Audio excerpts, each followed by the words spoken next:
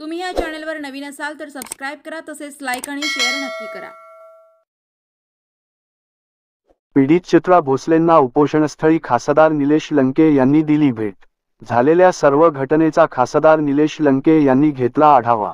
Tembhurni police station येथे भेट घेत पी.आय. साहेबांकडून सौ वर्षाराणी शिंदे घेतली सविस्तर माहिती। पूर्णविराम। टेंभुर्णी येथे पीडित चित्रा भोसले यांना झालेल्या अमानुष मारहाणी प्रकरणानंतर पीडिताला न्याय मिळण्यासाठी कुटुंबियांकडून आमरण उपोषण सुरू आहे। जवळजवळ 6 दिवस होऊन गेले तरी उपोषण सुरू असून यामध्ये पीडित महिला चित्रा भोसले यांना कोणत्याही न्याय मिळताना दिसत नसून आरोपी अजूनही मोकाट फिरताना दिसत आहेत। नात्यांना कायद्याचा ना वचक राहिला आहे ना कायद्याची भीती। याच अनुषंगाने आज खासदार निलेश लंके यांनी टेंभुर्णी येथील पोलीस स्टेशन समोर सुरू असणाऱ्या उपोषण स्थळी भेट दिली व सर्व परिस्थितीची माहिती जाणून घेतली। यावेळी त्यांनी टेंभुर्णी पोलीस स्टेशनचे पोलीस निरीक्षक नारायण पवार यांचीही भेट घेतली। राज्यभरामध्ये महिला भगिनींवर अनेक घटना घडत असताना आपण पाहिले आहे, परंतु कायद्यासमोर कोण कुठला मोठा नेता नाही।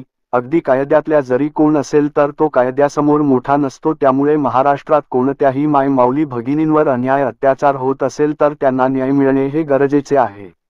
यावेळी या पीडित कुटुंबाला राष्ट्रवादी काँग्रेस पार्टीच्या सोलापूर जिल्हा महिला अध्यक्ष सौ वर्षाराणी रमेश शिंदे यांनीही भेट घेऊन सदरील पीडित चित्रा भोसले यांची भेट घेतली व सदर सर्व गोष्टींची शहानिशा करून पोलीस स्टेशनचे पोलीस निरीक्षक नारायण पवार यांच्याकडून सर्व माहिती जाणून घेतली।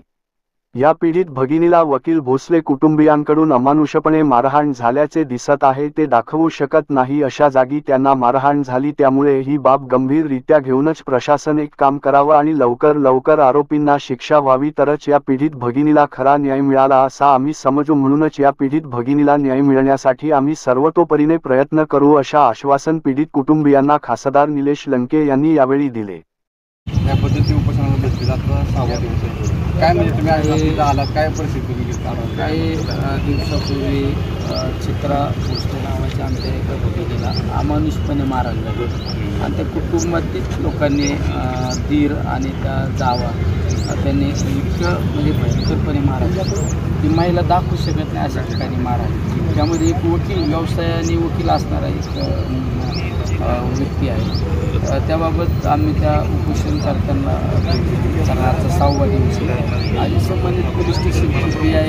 पवार साहेब त्यांना पण त्या केसची पूर्ण माहिती त्यामध्ये मला अशी माहिती मिळाली की 307 सारखा गुन्हासुद्धा दाखल केलेला आहे। त्यामध्ये संतोषना भोसले नावाचा एक आरोपी पण अटक केलेला आहे। बाकी 2 महिला आणि 1 जेंट्स, त्यामध्ये ते वकील त्या अजून आरोपी अटक झालेले नाही।